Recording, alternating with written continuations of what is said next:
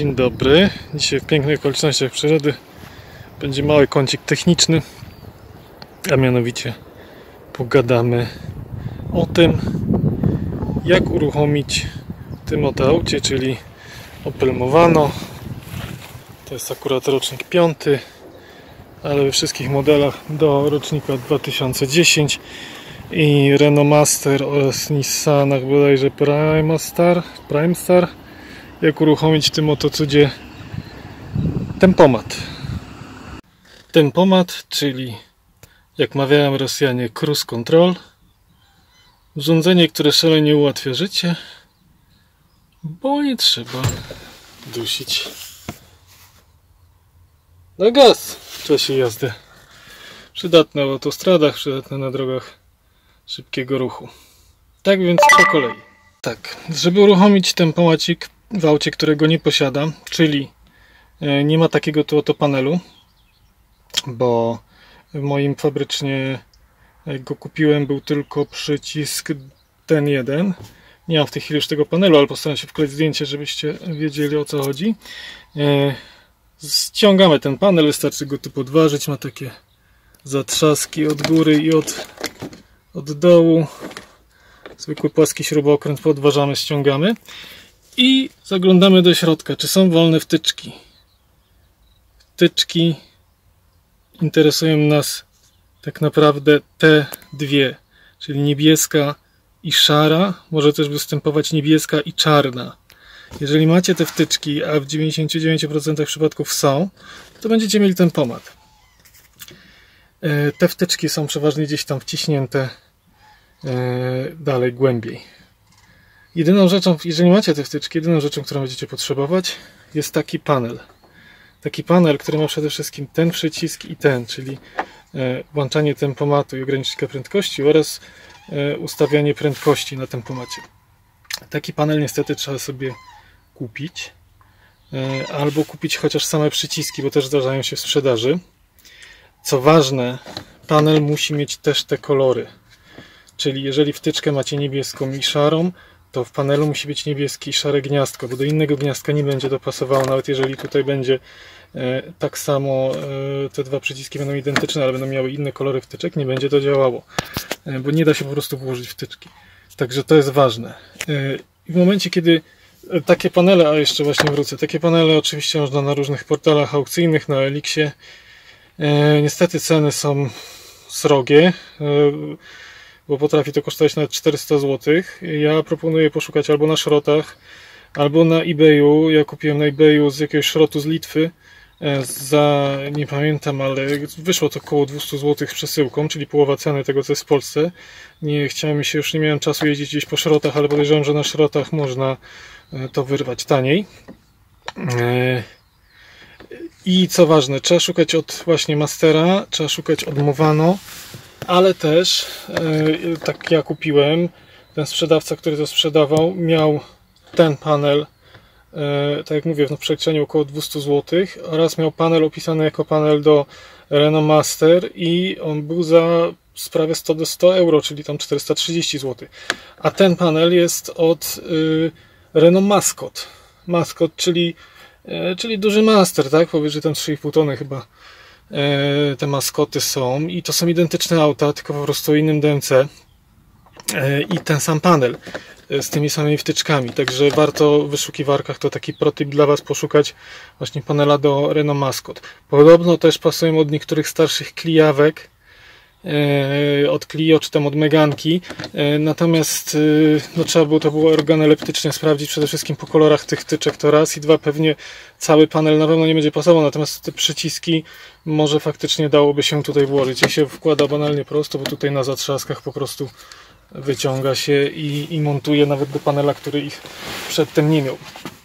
Także warto się rozejrzeć, warto popatrzeć, niż płacić od razu 400 zł naszym dzielnym sprzedawcom, którzy no, wyczuli interes i chcą na tym zarobić. Dobra, wracamy do kwestii montażu. Tak jak widać, wtyczki, gniazdka, nic prostszego, tylko włożyć jedno w drugie. Zaraz wrócę, bo nie dam rady tego zrobić jedną ręką. Jestem. Wtyczki włożone. Teraz wystarczy włożyć panel z powrotem, zablokować go na zatrzaskach i tyle.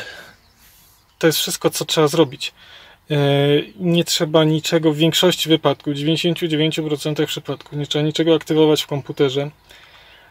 Przypominam, że dotyczy to starszych modeli, tak? Czyli aut Opel Movano 1, to jest pierwszy model, czyli od 2000 roku do 2010, czy od 2003 do 2010 one chyba wychodziły, oraz Renault Master 2, czyli też modelu właśnie chyba od 2003 do 2010.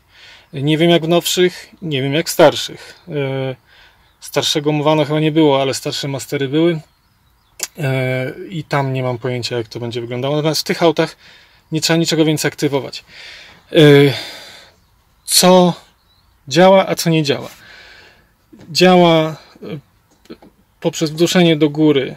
Uzyskujemy tempomat, wytrzymując prędkość przez kilka sekund, stałą prędkość powyżej 30 km na godzinę. Wystarczy to włączyć, bądź mieć cały czas włączone w czasie jazdy, to w niczym nie przeszkadza. I wciskamy plus bądź minus i następuje uruchomienie tempomatu. I tempomat się włącza, natomiast nie pokazuje się na tablicy rozdzielczej. Tu w tym miejscu powinna zaświecić się kontrolka. Jeżeli auto nie było wyposażone w tempomat fabrycznie, to ta kontrolka po prostu się nie zaświeci. Czyli nigdzie nie zobaczycie tego wizualnie, że włączył się tempomat. To jest jedyny jakby minus tego całego rozwiązania. Natomiast tempomat będzie działał i taka mała tylko niedogodność, że nie świeci się kontrolka. Działa także ogranicznik prędkości, czyli po wciśnięciu tego ustaleniu stałej prędkości powyżej 30 na godzinę, stała prędkość, przez kilka sekund wciskamy plus bądź minus i auto nie przekroczy tej prędkości. Tym przyciskami plus i minus w trakcie, kiedy już działa tempomat, ustawiamy po prostu prędkość. U mnie działa to tak skokowo, około 5 km na godzinę więcej, czyli na przykład ustawię sobie tam na autostradzie 110 na godzinę, chcę jechać ciut szybciej, wciskam, jedzie 115, wciskam, jedzie tam 105 powiedzmy, tak? Także na tej zasadzie to działa skokowo. Każde wciśnięcie pedału hamulca bądź pedału sprzęgła powoduje natychmiastowe rozłączenie tempomatu. Wciśnięcie w czasie, gdy jest włączony tempomat, przyspieszenie i puszczenie później pedału gazu powoduje powrót do wcześniej ustalonej prędkości, czyli nie resetuje, nie wyłącza tempomatu, natomiast auto po prostu zwalnia i wraca do wcześniej zadanej prędkości ustawionej na panelu. Auto, to akurat moje konkretnie, też bardzo fajnie radzi sobie na wszystkich górkach, czy zjazda z górki po prostu trzyma tą prędkość, która została ustalona i samo przyspiesza, czy samo zwalnia podczas wjazdy, czy wjeżdżania, czy zjeżdżania z górki. Jak to działa w czasie jazdy, to za chwileczkę zobaczycie, wkleję Wam to. Jeszcze o dwóch problemach, które mogą wystąpić, tylko muszę sekundkę, zaraz wrócę. Tutaj są zamontowane przy pedałach czujniki. Widzicie, siwy taki i biały. Są czujniki sprzęgła i czujnik hamulca. I te czujniki czasami lubią stwarzać problemy. Jeżeli po zainstalowaniu tempomatu auto zacznie się dziwnie zachowywać, nie wchodzić na obroty, trzymać do 2000 obrotów, albo tempomat w ogóle się nie będzie chciał włączać, albo nie będzie można wyprzedzać i tym podobne rzeczy, to się u mnie zdarzyło, to winny jest któryś z tych czujników. Je bardzo prosto się wykręca. One mają tutaj sprężynę, powinny działać. Często dochodzi do tego, że one częściowo się wbiją do środka i nie chodzą w pełnym zakresie. I wtedy wystarczy pociągnąć delikatnie, rozruszać jakimś tam WD-40 czy innym dziadostwem, napsikać, bądź też po prostu wymienić ten czujnik. Ja ten czujnik wymieniałem, on jest w tej chwili nowy, natomiast ten czujnik od sprzęgła właśnie tak zrobiłem, że on delikatnie tam, nie wiem, gdzieś w tej pozycji był i nie chodził w pełnym zakresie. I po prostu wystarczyło go na siłę, na hama wyciągnąć, po prostu ciągnąć za tą część, wyskoczył, rozruszać go i zaczęło wszystko działać z powrotem ładnie, pięknie. I te czujniki po prostu odpowiadają za to, że ten pomad się rozłącza w odpowiednim momencie, kiedy zostanie wciśnięte sprzęgło bądź hamulec, dlatego one są bardzo ważne. Pokażę Wam wyciągnięty taki czujnik, to jest czujnik akurat hamulca, on powinien mieć 4 piny, czujnik sprzęgła ma 2 piny i mówię, no zresztą tutaj nawet chyba widać, w którym momencie on był zatarty. Jest tutaj taka pewnie słabo, to będzie widać, ale zaraz spróbujemy tak. Nie.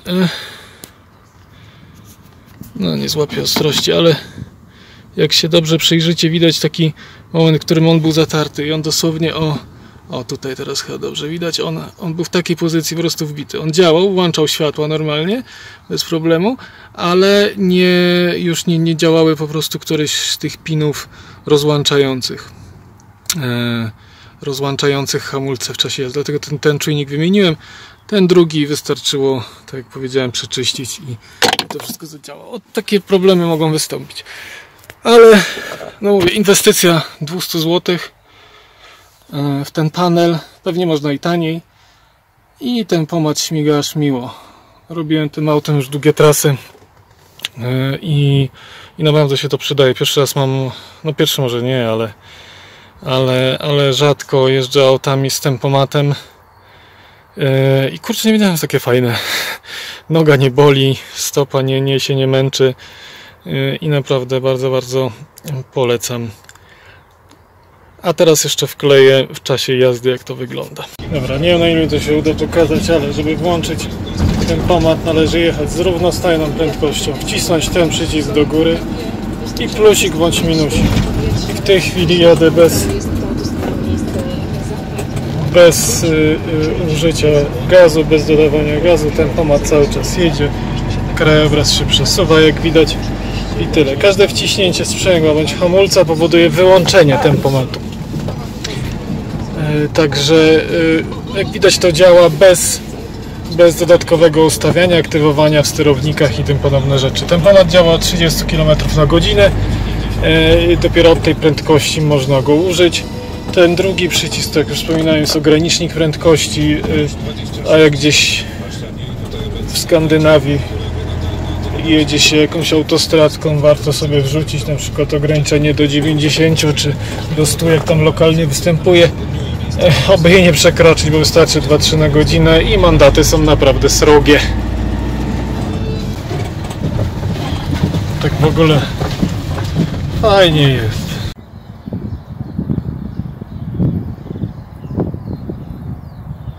Tak więc to tyle.